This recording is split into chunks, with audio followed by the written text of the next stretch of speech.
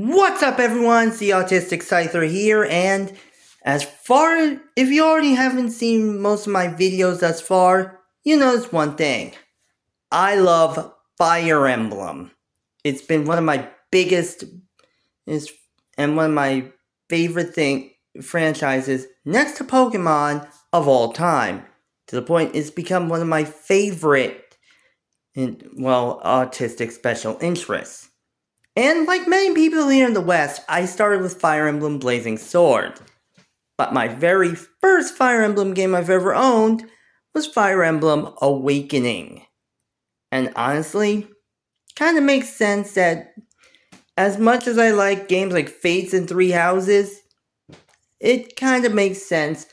Why not start off a Fire Emblem countdown with talking about my favorite characters from Awakening? Which I'm gonna do just that. So in this case, it's time to get for the rules. I'm going to basically choose characters that are playable in Fire Emblem Awakening, so no spot pass characters. So sorry to fans like Gangrel, Emerin, or even Walhart, because I'm going with those playable throughout the main story. And second, no characters from past games that were playable in Awakening. Those will have their own time to shine soon enough. So, without further ado, let's get started. Starting out first at number 10, we have Tharja. And oh boy, this one's a doozy, especially considering when it comes down onto the Fire Emblem fandom. Tharja is mostly just known for one thing: dem titties. Which, honestly, I'm not gonna lie, it was basically weighing on my mind with her being one of my favorites. But when it comes down to it, Tharja's actually an interesting character to say the least. And first of all, she's a dark mage, which honestly, if you guys don't know me, I love mages. And secondly, when it comes down to it, considering how Tharja is basically your standard enemy unit being recruited to your side, really does say a lot. Plus, the fact that she's basically seen as someone who tends to dabble in the dark arts, but really shows a bit of a certain, and she's a little more personable as much as the more you get to know her. As even though she's seeming like your standard doom and gloom goth, she's actually pretty kind, as seen not just with her support with Kellum, as she's basically able to help him out whenever he feels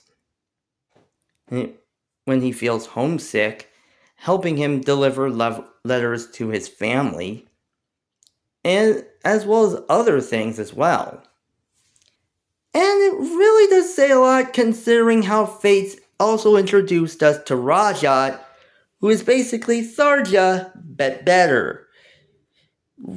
Yeah, there is a lot there that meets the eye. But other than that, there's another dark mage that's ahead of her, so yeah, really stay tuned with that one. Moving on next at number 9, we have Na. And yeah, when it comes down to Awakening, the one thing everyone knows about are child units. And honestly, a lot of the child units are some of my favorites. From individuals like Jerome, Cynthia, Morgan, and Inigo, to say the least. However, Na has basically been one of the few characters who has more or less had a sort of an impact with me even further.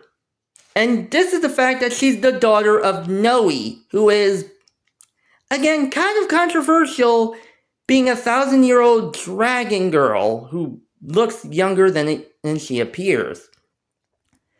Meanwhile, Na's basically over there, basically looking like Fire Emblem's answer to Velma Dinkley. But even though she is a little bit more mature than her mother, she does have a bit of a childish side, as Heroes graciously shows in her support with, graciously shows in her harmonized duo with Myrrh, which honestly says a lot all its own. But the fact of the matter is, every time I've played through Awakening, I've been able to make Na so many other classes that she's excelled with perfectly. I mean, sure, making her a Manaki is basically the way to go, but honestly, I've made her so many other classes, from Wyvern Lord to Thief, Assassin, Cavalier, Paladin, Bow Knight. Seriously, she's got a veritable amount of classes in her armory that she can pick up quite easily and master in the blink of an eye. I guess that's what you get when you're constantly studying instead of playing all the time. Good to know. Moving on next, at number 8, we have Noir. And surprise, surprise, Tharja's daughter is higher than her mother. And honestly, who would have expected this except the many people who basically tend to like this bombastic archer? And that's really saying a lot, since Archer is one of my favorite Fire Emblem classes. And even further, Noir has a kind of an interesting personality, since at first glance she looks to be a standard shrinking violet, which is naturally due to the fact that her mother sees fit to basically turn her into a guinea pig for her entire stable of spells.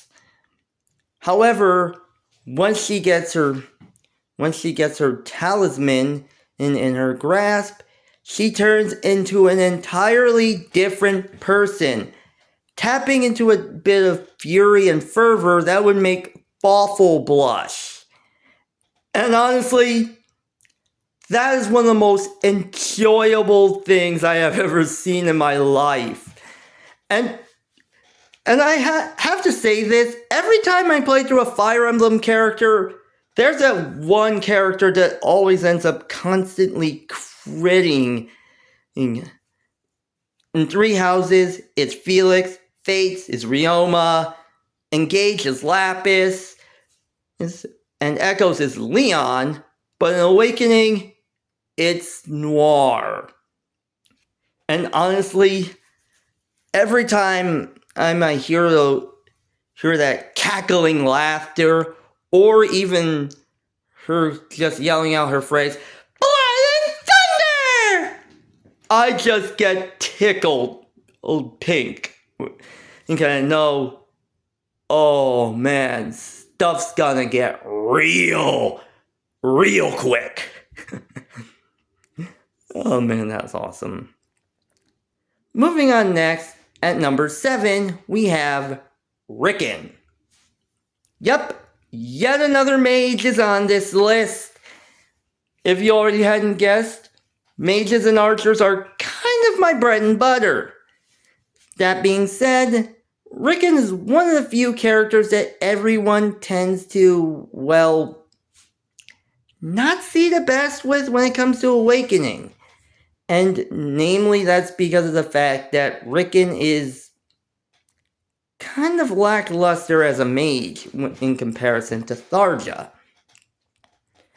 But I'm here to tell you now, while Rickon may look like a standard kid, he is a juggernaut on the battlefield. And naturally, while I would make him a sage more often than not, if you know me, I'd say make him a dark knight. It's basically one of his better promoted classes to make use of. And while his strength is not that good, it takes him, as long as you put in some work to make him that good, and give him a Levin sword, he becomes a veritable lightning lord. Plus, slow burn and life taker are very amazing skills on Rickon. I mean, heck, don't even need a Levin sword. If you're basically RNG blessed, you can just give him a normal non-magic sword and it'll do just as fine. And it's kind of fitting that Dark Knight is his perfect class, considering that his voice actor, Yuri Lowenthal, voiced both Sasuke Uchiha from Naruto and Spider-Man. Oh my god. Seriously, I can't believe I just made that reference, but when it comes down to it, yeah, now that I think about it, Yuri Lowenthal should have voiced Batman over Spider-Man. Guess that's a lot of thought to this. That's all I gotta say here. Moving on next, at number 6, we have Ylisse. And of course, we got an early game unit here. And honestly, for being the younger sister of Chrom, Ylisse is actually kind of an interesting character. And keep in mind, like many other YouTubers like Blazing Knight, I am a sucker for cuteness. And honestly, it says a lot. What better cute character am I a sucker for than the little sister trope? And there are a lot of Fire Emblem younger sisters that are just so adorable.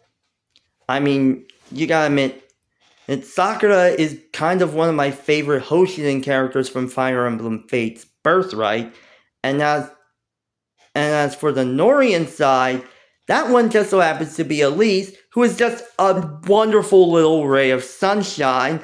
My god, can't believe she dies in Birthright.